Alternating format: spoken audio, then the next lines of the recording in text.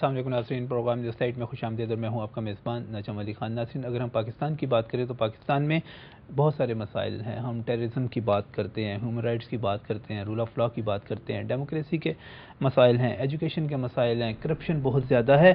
इसके साथ साथ ह्यूमन राइट्स की बात कर लें, वाटर डिस्प्यूट्स की बात कर लें, हर तरफ मसाइल ही मसाइल हैं। लेकिन बहुत सारे मसाइल ऐसे हैं जिनका सिर्फ नौजवानों को सामना करना पड़ता है। अगर हम पाकिस्तान की आबादी को देखें और हुकूमत पाकिस्तान की तरफ से जो एदाद शुमार जारी किए गए हैं उसमें 15 से 29 साल की उस हम नस्ल को देखें जिसे हम नौजवान कहते हैं।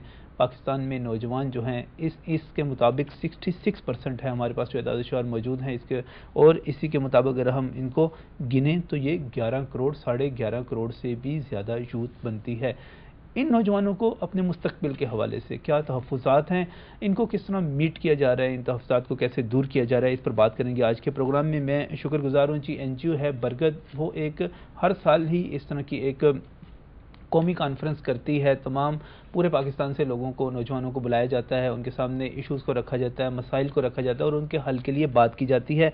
उसी NGO से हमने रिक्वेस्ट की और उनकी तरफ से नुमान चौधरी साहब हमारे पास यहाँ पर मौजूद हैं। नुमान चौधरी जो हैं इससे पहले कोऑर्डिनेट भी करते रहे हैं, ऑर्गेनाइज़ भी कर रहे हैं इस सारी जो तंजीम है, इसकी जो कॉन्फ्रेंस है उसको बहुत बहुत शुक्रिया नुमान यहाँ आने के लिए।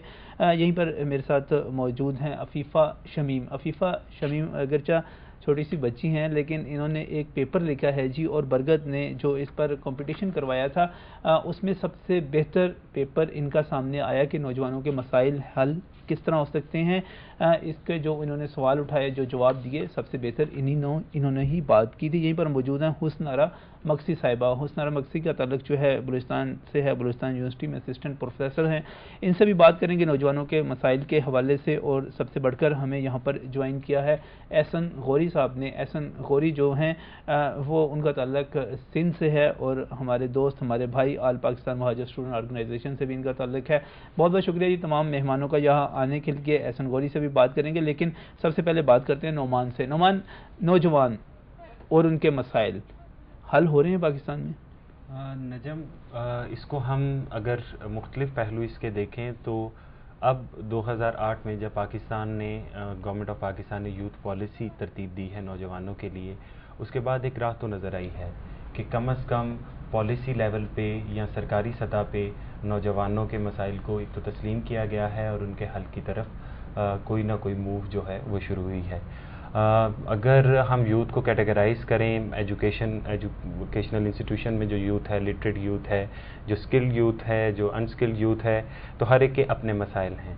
गवर्नमेंट को देखें जी, इस वक्त एक बच्चा जब 15 साल का होता है या वो 29 साल की उम्र तक पहुंचता है, सबसे बड़ा मसला उसका ये होता है कि उसको रोज़गार मिलना चाहिए। अगर वो किसी मतवस्त या लोअर मिडिल क्लास से ताल्लुक़ रखता है तो उसके माँ बाप उसे कमाने के लिए भेज देंगे, स्किल्ड में चला जाएगा, वो थोड़ी सी एजुकेशन हासिल करेगा, बाकी नहीं करेगा। अगर कोई ज़्यादा पढ़ना भी चाहे तो 25-26 साल की उम्र तक वो फारिग हो जाएगा। रोज़गार हुकूमत कर रही है, इसके लिए पॉलिसी है जी। पॉलिसी तो है लेकिन अभी क्योंकि इसके साथ एक एक्शन प्लान जुड़ा हुआ है, गवर्नमेंट इस पे अब एक्शन प्लान पे अमल दरामद के लिए मुख्तलिफ स्टेक होल्डर्स को इकट्ठा कर रही है और इस पे बातचीत जारी है पूरे पाकिस्तान में।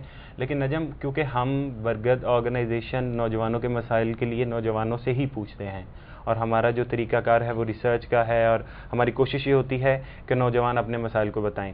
बिल्कुल लिटरेट यूथ को अपने बहुत से मसाइल हैं, क्वालिफ़िकेशन के बाद उनको एम्प्लॉयमेंट का इशू है या स्कॉलरशिप्स का और बाहर जाना, एक्सपोजर्स के इशू, इवन नेटवर्किंग। पाकिस्तान में रहने वाले बलूचिस्तान के स्टूडेंट्स जो हैं वो पंजाब के स्टूडेंट से और सिंध और NWFP या पख्तूनख्वा में राब्ता ही नहीं है, ज़्यादा बढ़ गए। तो अफीफा, जो आपने पेपर लिखा, आपने कौन से मसाइल थे जिनको हाईलाइट किया और फिर उनका जवाब क्या ढूंढा आपने? मैंने सबसे पहले जो सबसे मेजर मसाइल है हमारा वो ये है कि हमारी यूथ के पास जॉब नहीं है। वो इतना MBA भी कर लेती है तो उसको कोई कहीं एम्प्लॉयमेंट नहीं मिलती, उसके लिए वो फिरती रहती है। सबसे मेजर मसाइल हमारा ये, और उसके लिए मैंने जो जवाब ढूंढा वो ये है कि हम अपने यूथ के लिए आफ्टर स्कूल लैंग्वेज क्लासेस हम बनाएं जिसमें हम उनको डिफरेंट लैंग्वेजेस सिखाएं, क्योंकि हमारी पॉपुलेशन ग्रोथ रेट बहुत ज़्यादा है और जिस तरह रशिया और जापान में कम है, उनका नेगेटिव में है, उनको यूथ चाहिए, they are looking for work man power. तो उनको हम एक्सपोर्ट करें अपनी यूथ को और वो वहाँ जाकर अपनी वहाँ सेटल भी होंगे और वहाँ से हमें फॉरेन एक्सचेंज भी आएगा और हमारे पास एक्सपीरियंस भी आएगा। इसके यानी कि सबसे बड़ा मसला जो है आपकी नज़र में बेरोजगारी है, लोगों को रोजगार नहीं मिलता, इवन अगरचे वो पढ़ लिख लें। हाँ जी। और इसकी वजह से वो फ्रस्ट्रेट होते हैं, जिसकी वजह से ये वायलेंस और ये जो हमारे मुल्क में इतना क्राइम रेट बढ़ रहा है। जब उनके पास कोई काम करने को ही नहीं होगा, उनको पता है कि हम कुछ भी कर लेंगे, तो आप कहती हैं अपने लोगों को पढ़ाएं लिखाएं, उसके बाद उनको एक्सपोर्ट कर दें, ब्रेन ड्रेन हो जाए, जो हम यहाँ पे खर्चा करें बच्चों को पढ़ाएं अपने खर्चे पे, उसके बाद उन्हें बाहर भेजते हैं। इस कौम की खिदमत कोई ना करे, ये वैसी की वैसी बंजर और वीरान। हमारे पास टैलेंट है, हमारी इकोनॉमी एग्रो बेस्ड इकोनॉमी है, ठीक है। अब रूरल एरियाज में आप देखें यूजुअली एग्रीकल्चर के ऊपर कंसंट्रेट करते हैं। हम उनको शुरू से ही उनके जो सब्जेक्ट्स हैं उनमें हम एग्रीकल्चर का सब्जेक्ट डालते हैं, उनको मॉडल फार्म्स दिखाएं और वहाँ पे हम जो हमारा जो अनस्किल्ड लेबर है उसको हम ज़्यादा एग्रीकल्चर में लगाएं, ताकि हमारे पास एग्रो बेस्ड इकोनॉमी भी आए। उसके बाद हम ये कोशिश करें, हम कैटेगराइज करें अपनी यूथ को, स्किल्ड, अनस्किल्ड, हाईली एजुकेटेड।